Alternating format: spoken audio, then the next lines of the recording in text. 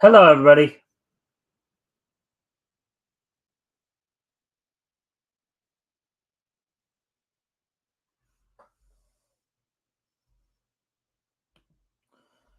Alrighty then. So we've got to Thursday, the fourth day of the week. I hope everybody had a good week thus far. So tonight, of course, it'll be a last niche news night of the week, and then tomorrow night, of course, we'll have RJ Carter with us as we look over comics on sale from Centaur and David McKay, in our historical comic retrospect. With that, going to give people a few minutes to get in here. So while we're taking care of all that, I'm going to go off camera here for a moment, take care of some things, and then we will go ahead and get started once I get back.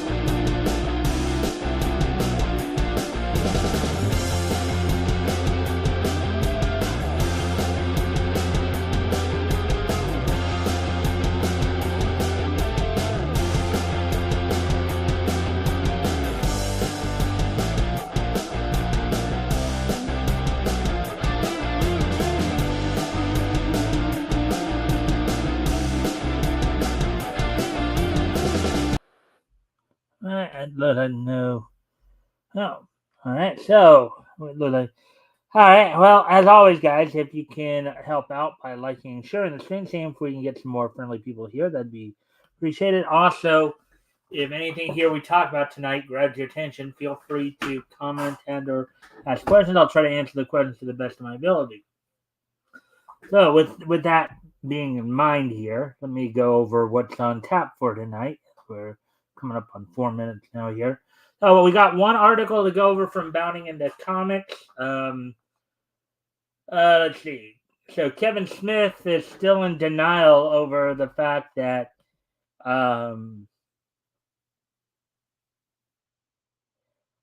he believes that the live action He-Man getting axed at Netflix had nothing to do with the poor performance of Masters of the Universe Revelation. So kind of in denial about that fact. We're going to go over that. We have, of course, a wrestling wrap up and this day in each history. Let's see. Let me just do a couple more things here real quick.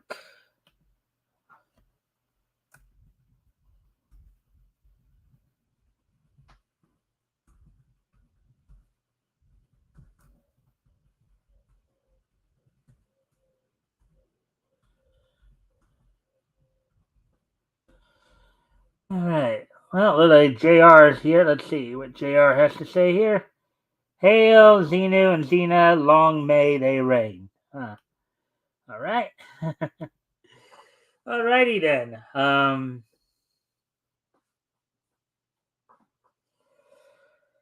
Anyways, with that, why don't we go ahead and get started with our article then? Let me see. Here we go. It's going to bring it up here. As I said, we're just going to do one article tonight.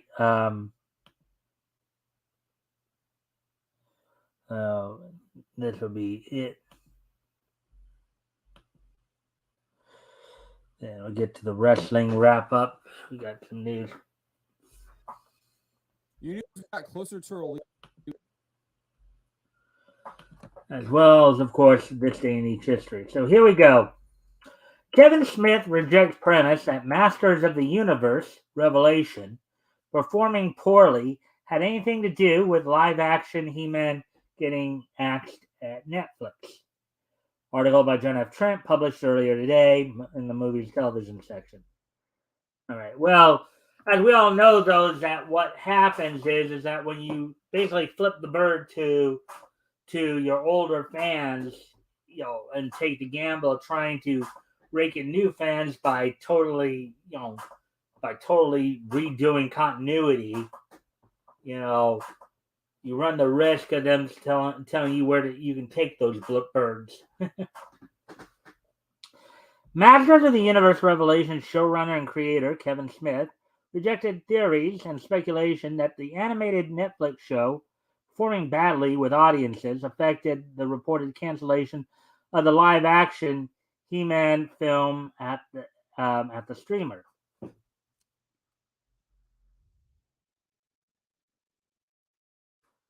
Smith's rejection of these theories and speculation comes after a report from Variety's Matt Donnelly that the live-action He-Man film that had moved to Netflix in 2022 was getting scrapped at the streamer. Scrapped at the streamer.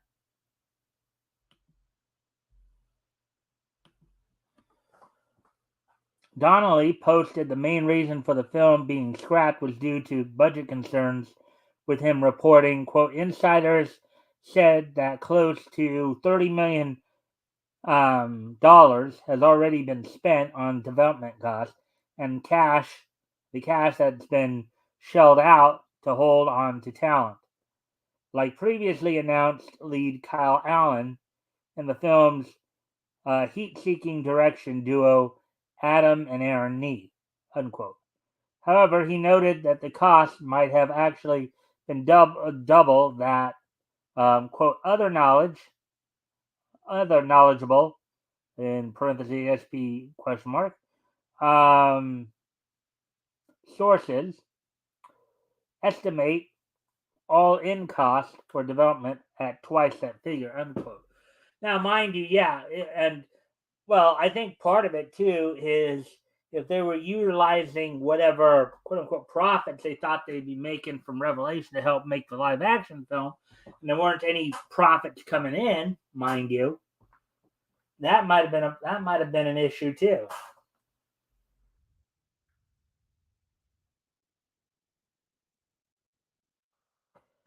Donnelly would go on to detail that the budget for the planned film was coming in at over $200 million, but Netflix did not want to spend anything over $150 million dollars.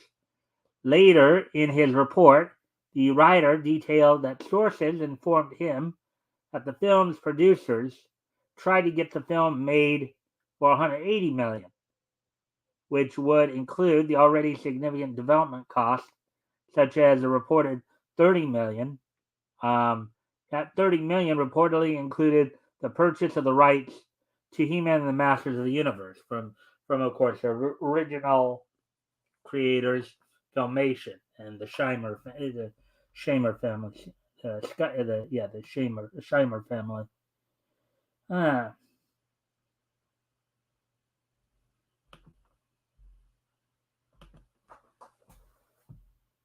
Donnelly would definitely claim the reason the film was scrapped was due to these budget concerns, writing, quote, the latest implosion at Netflix, according to 5 individuals individuals with knowledge of the project was over budget concerns.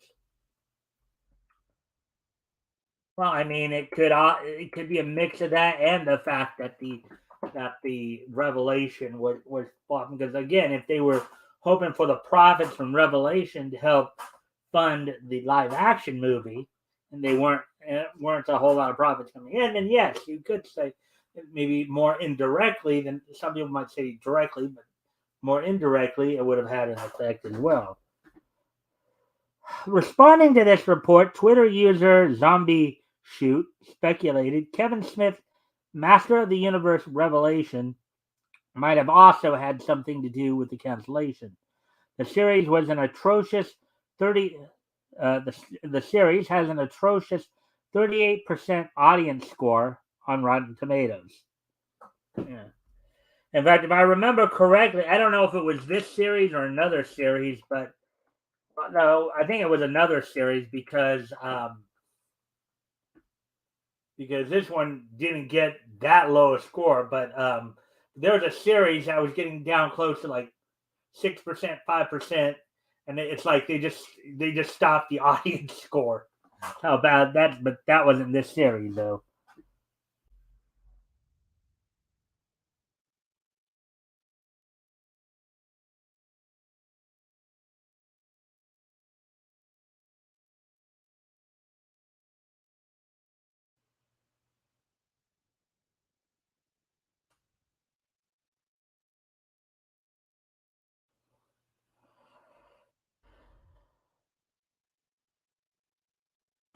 Zombie Shoot tweeted, "Quote, that's what happens when you go woke. Looking at you, Kevin Smith, you ruined He-Man." Unquote. And then here's another little shot at Kevin Smith there. Smith responded, quote, "It says in Variety that the movie was too pricey for Netflix, but I'm sure some other studio will snatch it up. Meanwhile, our Masters of the Universe Revelation, Revelation, what? I mean, I guess they can't even decide which is which. Which is animated series is almost completed," unquote. He added, quote, "Bear McCreary is scoring episode 3 now, and we just mixed the first episode last week," unquote.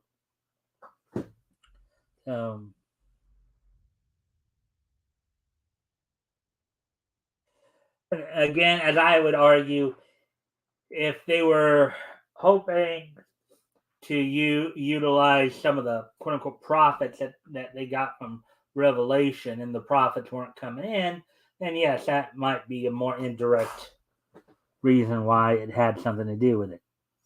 Smith would also respond to Twitter user the Random 58, who posited, quote, "Come on, bruh, let's be real. They're not willing to pay the money because your show failed so spectacularly that it killed any excitement for it. It's quote unquote too pricey because they believe it'll flop." Yeah, kind of. Honestly, it's shameful how you did He-Man. I still like your Green Arrow run though. Unquote.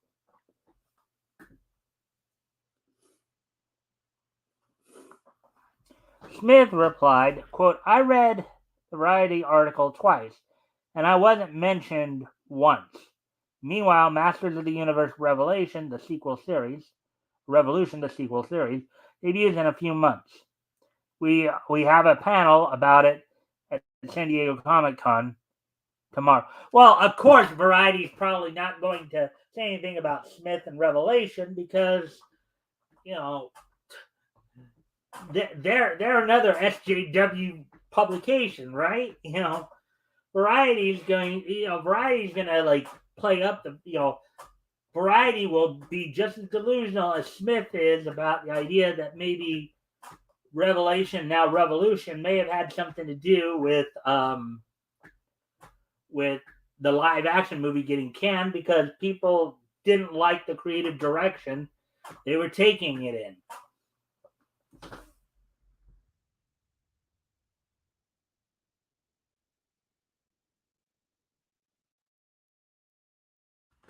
Random 58 replied, quote, I'm aware that you weren't mentioned but read between the lines.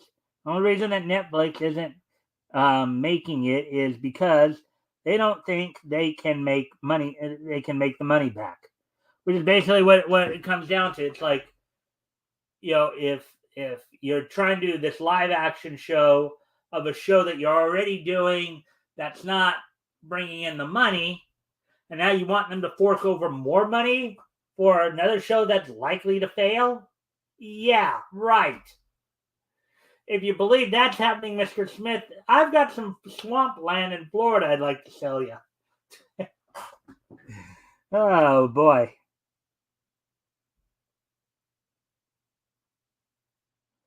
Let's see now. Why don't they think they can? Could it be because a show of the same IP on their very own platform flopped? Unquote. Smith retorted, quote, so by your logic, I guess Netflix figures they in stars here can make their money back on a second season of our animated series since they greenlit and paid Masters of the Universe Revolution. Then again, maybe I'm just reading between the lines. Unquote. Well, I think we've all figured out that a lot of times shows like this will get a 2-3 season. They may get even sometimes they'll order 2 or 3 seasons. And even if the first season flops, they're still contractually obligated to do those other seasons. We've talked about that before. We've seen that happen where we knew shows that were bad. Oh yeah, it was the Velma series. I think I was thinking of that was really going down. But we know that sometimes in order to get a few seasons in, sometimes they might sell you 3. Say, well, why don't you give us like 3 seasons and we'll produce stuff for you for these 3 seasons rather than a season at a time. Then of course if season 1 flops, well, they're still obligated to produce the 2 seasons. So. Huh.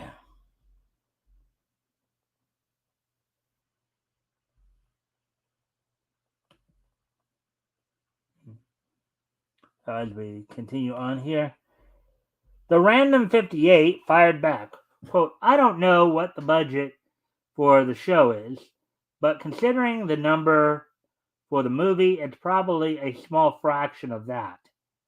So it's much more money likely that they make money on that, yes. It's also likely that if this one performs like the other 2 or 1, whatever y'all call it, it'll get axed. Smith then revealed, quote, yes, both animated series cost millions but not 200 million. The number Variety indicated was the in parentheses drop bridge too far for the movie division. Now we're on the same page. However, if Revolution does anywhere close to Revelation numbers, then we'll in stars here definitely get a season 3.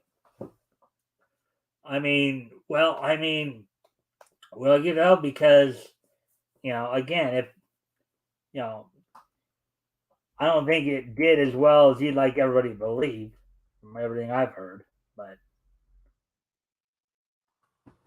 Smith also responded to another user who questioned whether the live action film getting axed affected Masters of the Universe Revolution. He said, quote, not at all.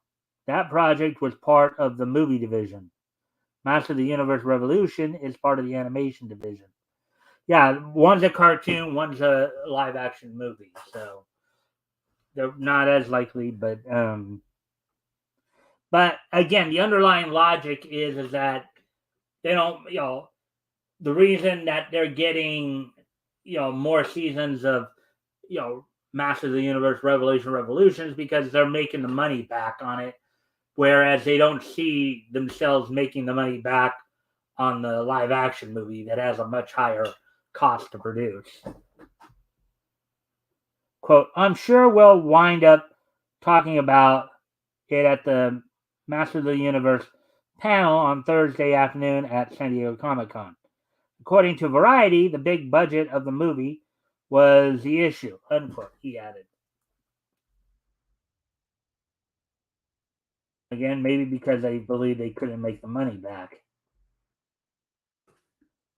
Unclear what kind of viewership Master of the Universe Revelation received in its first two parts.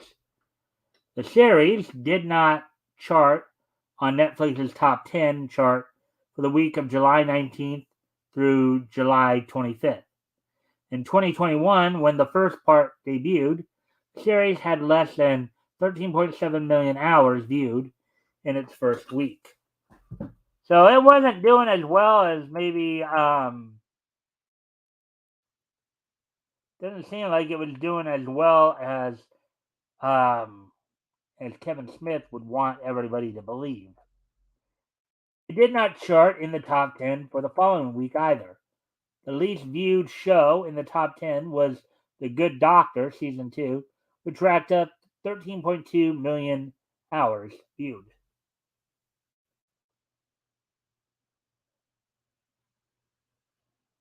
The series did not chart in the top 10 when Part 2 released on November 23rd, 2021. Interestingly, it was beat out by another animated series that week. Arcane Season 1 racked up 29.6 million hours viewed in its third week on the chart.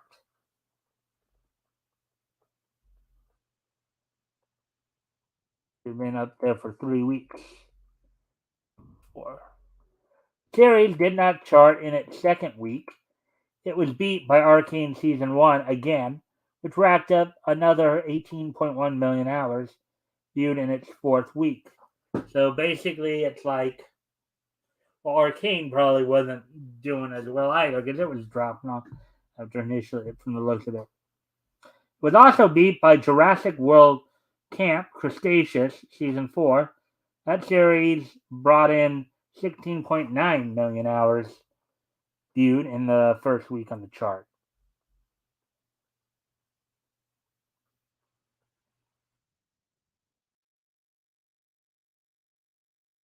What do you make of Kevin Smith's?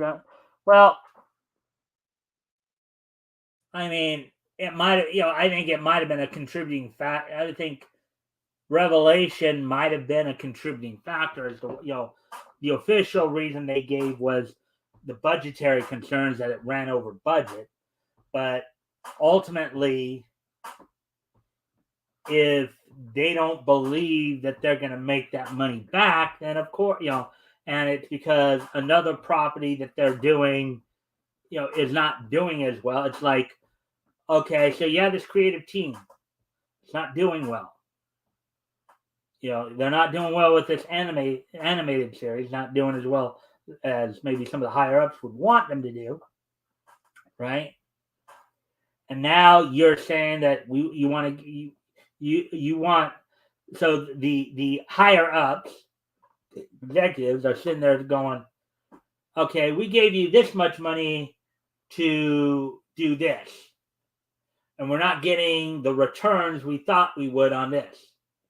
Now you want us to give you even more money to put on a project that you've already shown you might not be able to give us a return on? Really? That's just stupid logic right there, people. That's just really stupid logic.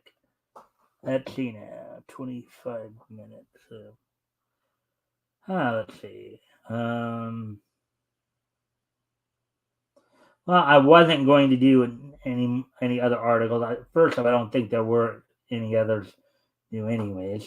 So let me just go take a look here. And maybe there might be another one. 25-minute mark.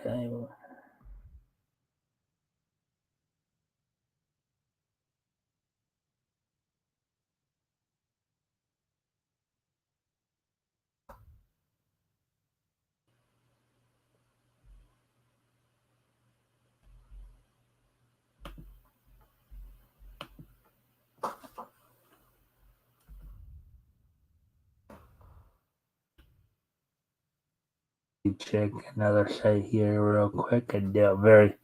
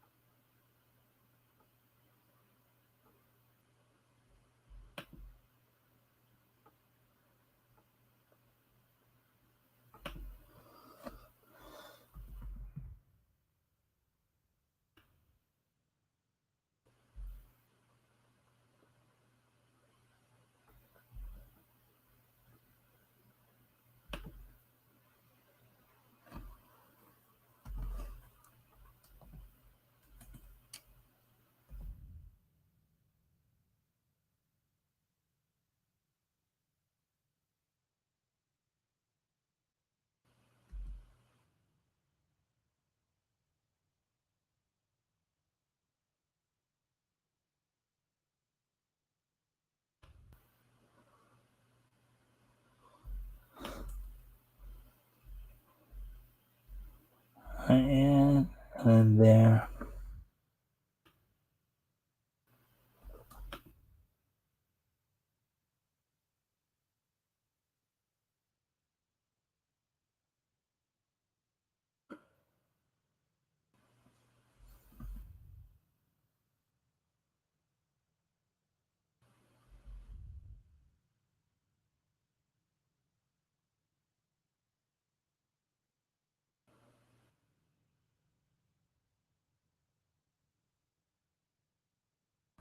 But I did find something here of interest for us. So I'll do this.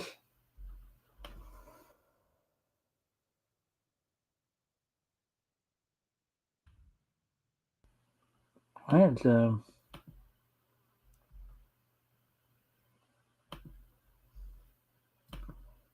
all right, so here's another story that we'll just kind of throw in there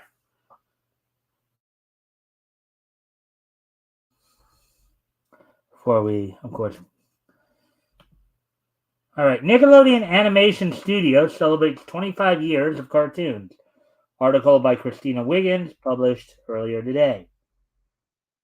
So, as the Nickelodeon Animation Studio celebrates its 25th anniversary, so that would mean back in 1998, it's clearly blossomed from being a small but formidable toon house to a world-class studio with dozens of productions in process and executive Ramsey Naito at the helm. And Naito's plans include growing relationships with creators who can speak to Nick's audience.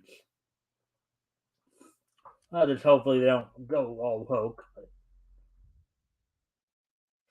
In the last 5 to 6 years, the studio has expanded to include Nick Animation West in Burbank, Nick Animation East in New York, offices in Hollywood on the Paramount lot. When Naito was named president of Nickelodeon Animation in 2020, in parentheses here, she has since become president of Paramount Animation as well. There were 9 shows in production at the studio. Today, there are nearly 70 at a place known for its irreverent, fun, and boundary-breaking animation. I wonder what that means. 9 shows, in quotes here, wasn't enough, says Naito. who had worked for the company earlier in her career.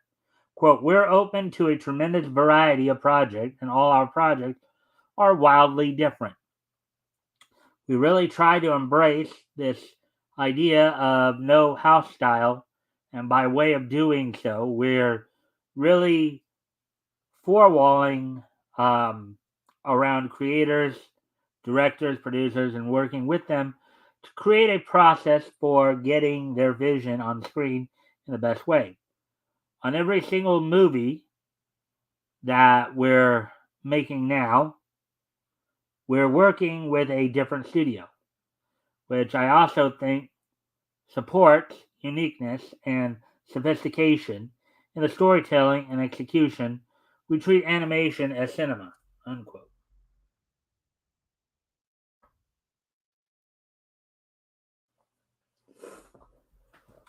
The animation studio's projects include, quote, SpongeBob SquarePants, unquote, Loud House, in quotes, Shimmer and Shine, The Fairly Odd Parents, Rugrats, Avatar The Last Airbender, and Teenage Mutant Ninja Turtles. They've created the SpongeBob spin-offs, Camp Coral, SpongeBob's Under Years, okay, and The Patrick Star Show. There's also another film based on Paw Patrol in the works, and Teenage Mutant Ninja Turtles Mutant Mayhem, co-written by Seth Rogen, is due in theaters in August. Quote, I remember, in parentheses here, former Paramount topper Sherry Lansing saying it all comes down to great characters, unquote, says Naito. Quote, at the end of the day, we want shows with great characters who are appealing and relatable and speak to our audience in a way that compels them to want to see their story and go on their adventures. All right, so there we go with that one. Let's see where we're at on time now. There might be one more story I might do here. Let's see, 32. Yeah, we might have enough time for one more story here. One more article. That's the end of that one.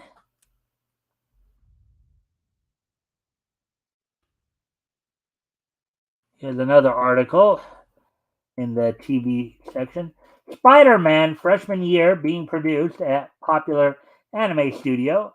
Article by John Pallister, published yesterday, the 20th. So today, or rather today, the 20th. I'm sorry. Yesterday was the 19th.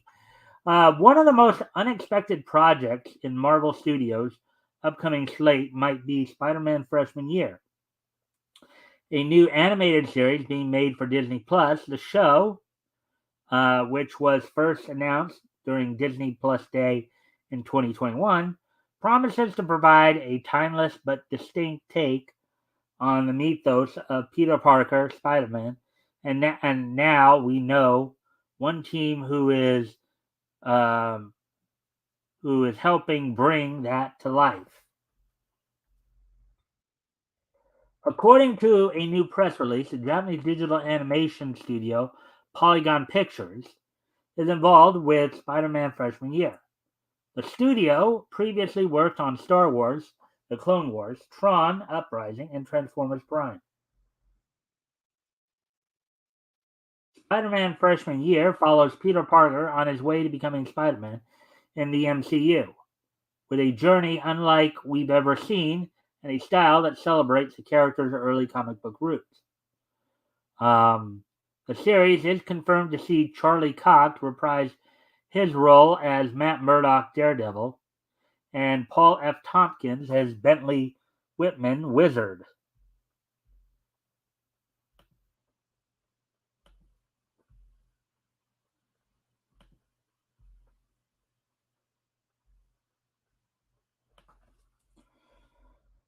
Let's see, other characters who are confirmed to appear in freshman year but have not been publicly cast include Nico Minoru, Amadeus Cho, Harry Osborn, Norman Osborn, Pearl Pangan, Wave, Jean Foucault, Finesse, Milos Masaryk, Unicorn, Dmitry Smerdikov,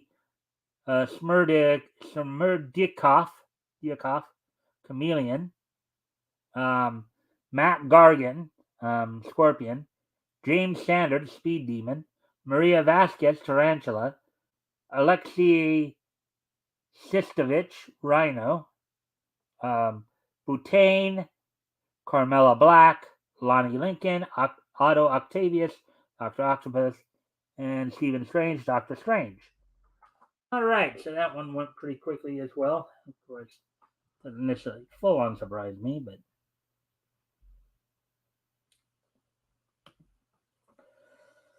so anyways, that's all the articles we got for you. So I guess we'll get going on the wrestling wrap up here. So let's see.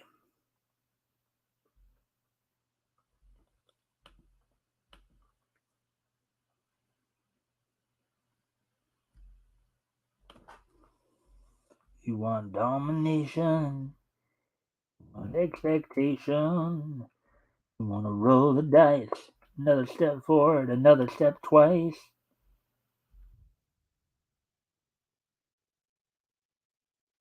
All right, so now we're going to get to the wrestling wrap up here. Kind of go over what's going on in the world of professional wrestling. Of course, it has been recently announced that I guess during their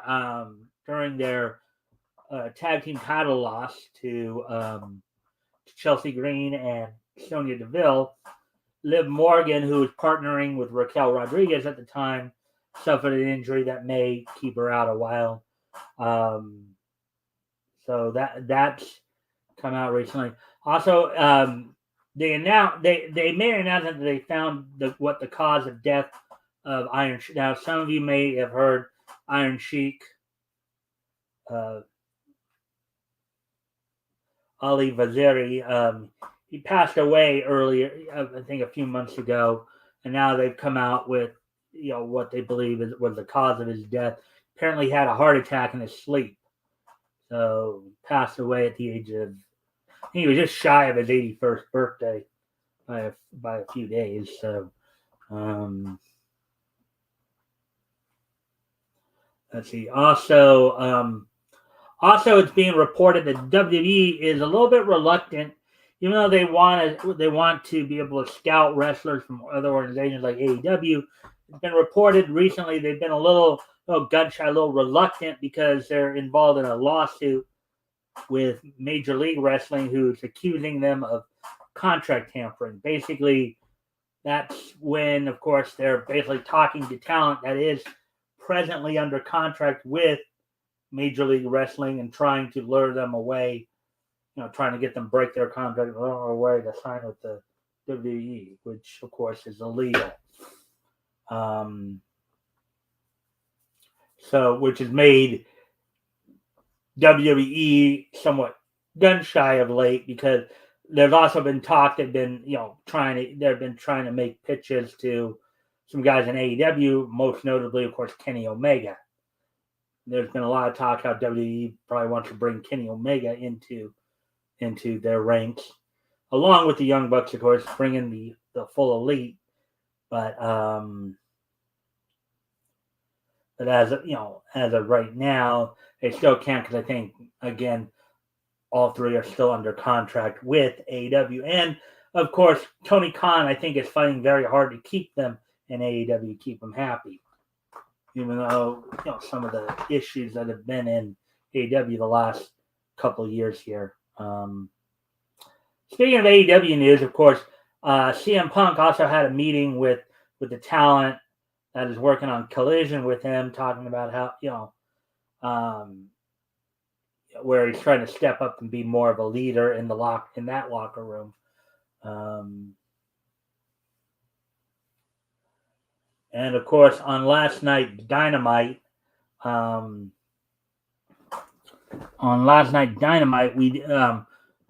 saw the FTW title change hands as Jack Perry defeated Hook. Also, in the finals of the Blind Eliminator Tag Team Tournament,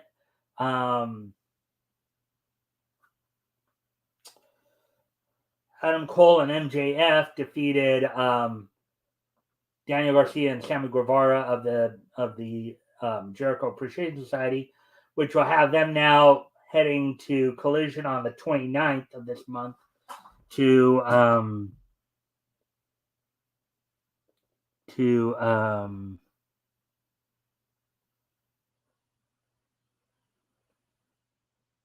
I see something there. Going to the Collision on the 29th to face off against FTR for the AEW World Tag Team Championship. Now, there was a little bit of a scuffle, a little bit of a hitch in their relationship as Cole had hold of the world title. According to him, he was planning on handing it to MJF. MJF did not take too kindly to Cole holding on to his belt. So, and then you did see FTR eventually come out to kind of confront them a little bit.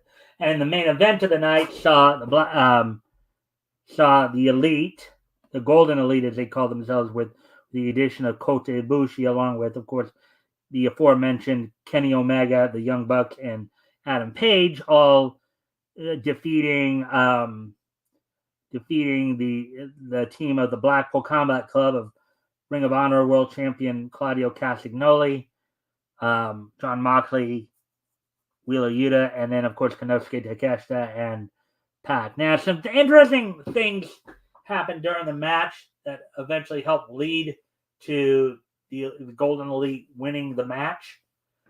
First off, there had been some heat between Castagnoli and Pac, and it came to a head when Pac accidentally hit, when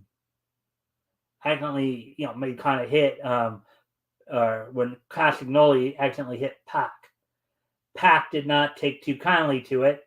He just finally walked out on them. I'm sorry, I did mean to do that. So what's your favorite QC Magog bird? I have no idea what QC Magog is. I'm sorry about that. What's your favorite QC cartoon show? Well, unless you're talking about quality comics, back in the 1930s. First off, I don't think there were any cartoons or manga came out of that, but haven't actually heard of QC, as it were, at least the one you're talking about there. So I'm sorry about that. With that, but anyways, back to, and then eventually, okay, QC is Quebec. Okay, well, I then would not know. Again, I'm not from Quebec, and even if, let's say, I passed through there visiting or staying in a hotel there, I probably, knowing that Quebec, the official language there is French, and I know extremely little French, doubt I'd be watching too many cartoons there, just because I wouldn't be able to understand it, unless they were dubbed or something like that.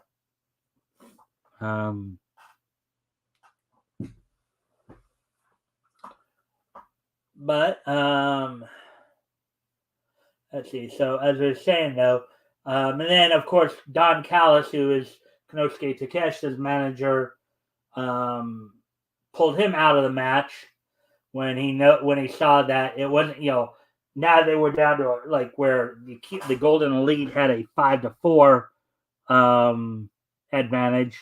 Felt, well, I better get my guy out of there before he gets hurt, So, and with the 5-3 advantage, of course, the Golden Elite, the Golden Elite won the match.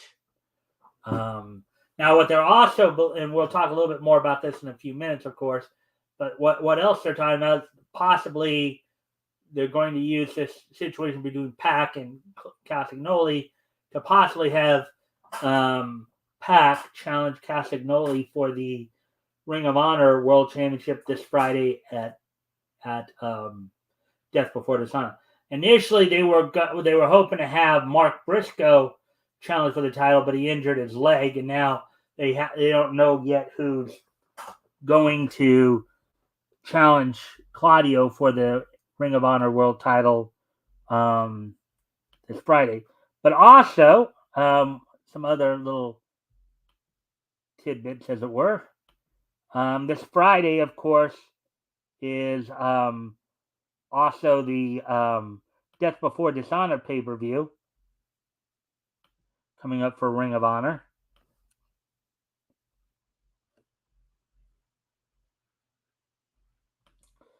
Of course, that will be coming from the Kier Insurance Arena in Trenton, New Jersey on Bleach Report Live. The main event actually is now signed to be Claudio Castagnoli taking on Pac. Claudio Castagnoli defending the Ring of Honor World title against Pac. Samoa Joe will be defending the World Television title against Dalton Castle. Katsuyori Shibata will be defending the Pure title against Daniel Garcia. Now, the Pure title is done under Ring of Honor Pure rules, which basically, first off, no closed fist punches. First off, can't do a closed fist punch in Ring of Honor in a Pure rules match. And you only get 3 rope breaks. In other words, the rope break, if you get caught in a submission, now in most wrestling promotions, you get unlimited rope breaks. You make it to the rope. If you're caught in a submission hold, you make it to the rope. They have to let you go. But here in a Pure rules match, you only get 3 rope breaks. So if you use up those rope breaks, and you're caught in a submission hold later, even if you grab the rope, they can still hold on to it as long as they want until you either break it or you submit.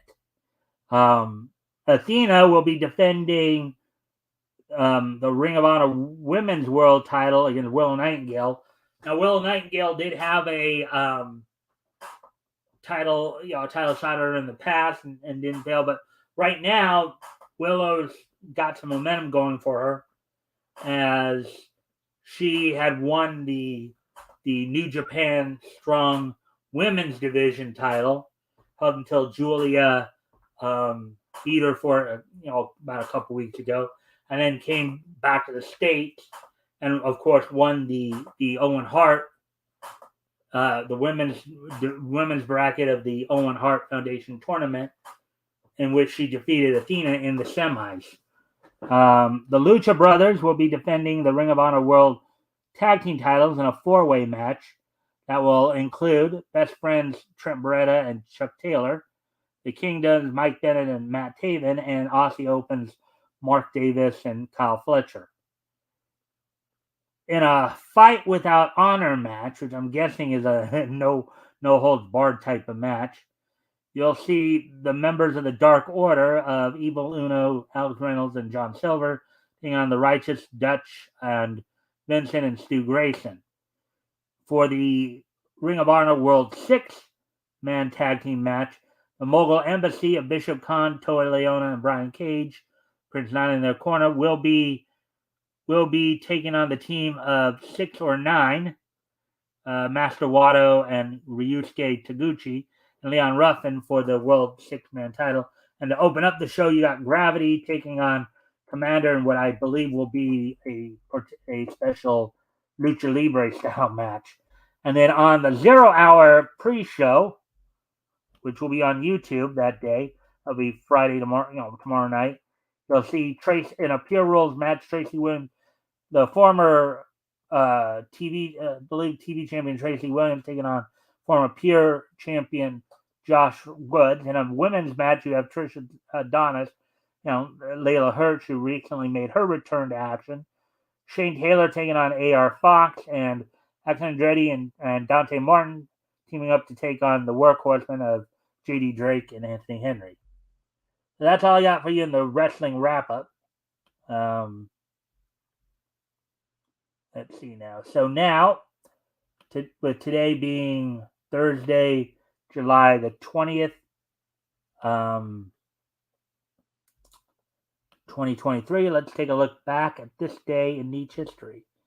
History! So, okay. Without any further ado, let's take a look at this day in Nietzsche history. So, first off, we're going to head back 75 years ago today, as on this date, 75 years ago today, Lou Thesz would defeat Bill Longson for the National Wrestling Association World Heavyweight Championship in Indianapolis. Of course, the National Wrestling Association was the precursor of the National Wrestling Alliance. 6 days prior to this, of course, Orville Brown is recognized as the National Wrestling Alliance their first World Heavyweight Championship. Brown was also the reigning Midwest Wrestling Association World Heavyweight Championship. Later in the year, of course, Brown and Thesz would take each other on to unify all the titles. But on this day in 1948, 75 years ago today, Lou Thesz defeats Bill Longson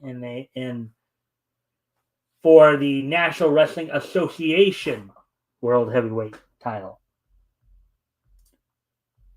So, with that, moving on to the next piece of Nietzsche history.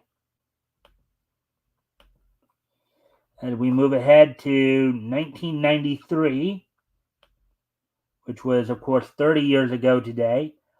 On this date, 30 years ago today, the 140th issue of G.I. Joe, A Real American Hero from Marvel Comics went on sale on this date. Sold for $1.25, 32 pages.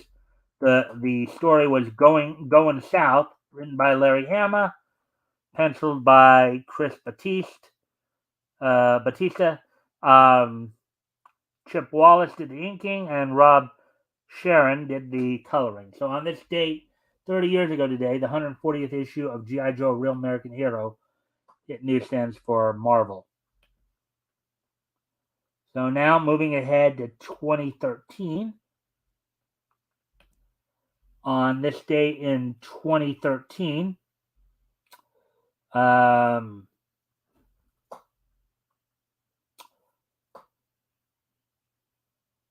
final English, the final episode of Pokemon Black and White Adventures in Unova aired on Cartoon Network, ending that season on this date back in 2013. So 10 years ago today, was the completion of the Pokemon Black and White Adventures in Unova, the English season. This was, of course, on Cartoon Network. And finally, the final piece of Nietzsche history, we're just going back 5 years ago today, as soon as I pull that up.